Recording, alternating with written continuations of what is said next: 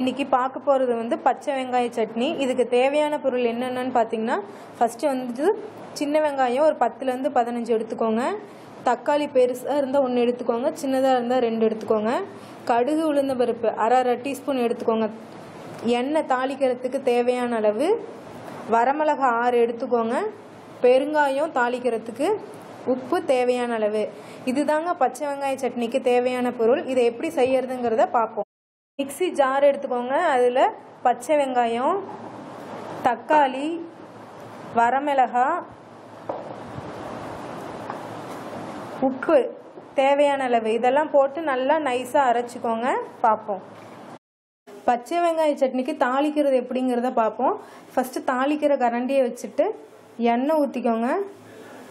எண்ணெய் காஞ்சதுக்கப்புறம் கடுகு உளுந்தம் பருப்பு ஆட் பண்ணுங்க.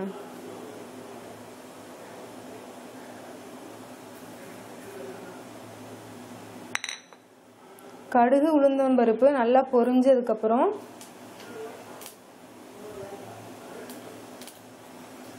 பெருங்காயத்தை ஆட் பண்ணி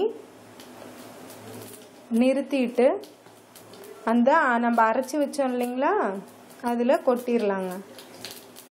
பாருங்கள், நம்ம அரைச்சி வச்சுருந்தது அந்த பச்சை வெங்காயம், தக்காளி, வரமிளகாலாம் போட்டு அரைச்சி வச்சோம் இல்லைங்களா, அதில் அந்த தாளிச்சதை கொட்டிட்டு நல்லா கிண்டி விட்டால் பச்சை வெங்காய சட்னி ரெடி ஆகிடுங்க.